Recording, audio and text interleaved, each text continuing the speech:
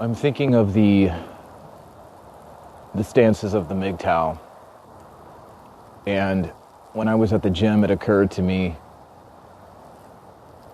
that the colors are similar to the colors of the sun when it's setting on the horizon. You know, it goes from a gold color, and maybe even to a red color, until it is eclipsed by the horizon, and then it's a black sky, a night sky. And of course,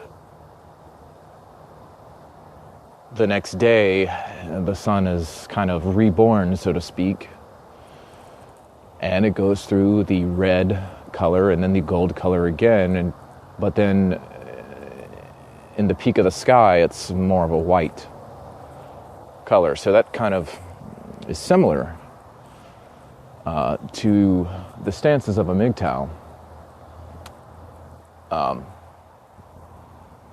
It's not that an individual man would necessarily follow these stances in this order, but maybe the MGTOW community as a whole would follow these stances, going from the golden stance, which is a stance of vulnerability to women. You know, you're still vulnerable and dependent in some aspects. You want to break out of your shell, but you kind of can't, at least in every way. So you're suffering, you know. And then you kind of regress into this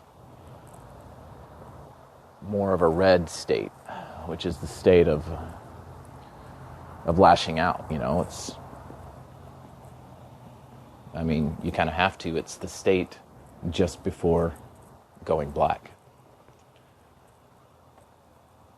And you're lashing out for good reason, because that's what's required for survival.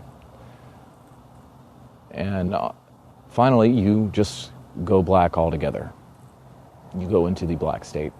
And that state is also very necessary. And that state is where you are in a state of preparation. You're in a state of absorbing power and energy. You're no longer focused on getting that energy, or that, you know, you're no longer dependent on women. You're no longer looking to women to satisfy this light within you. You recognize that if you're ever going to produce light, it has to come from you, and not just from you, but from other masculine sources. So I guess the phrase of the day would be, when it comes to power, you're not going to find it in women. You're only going to find it from other men. And that's the realization that every MGTOW has.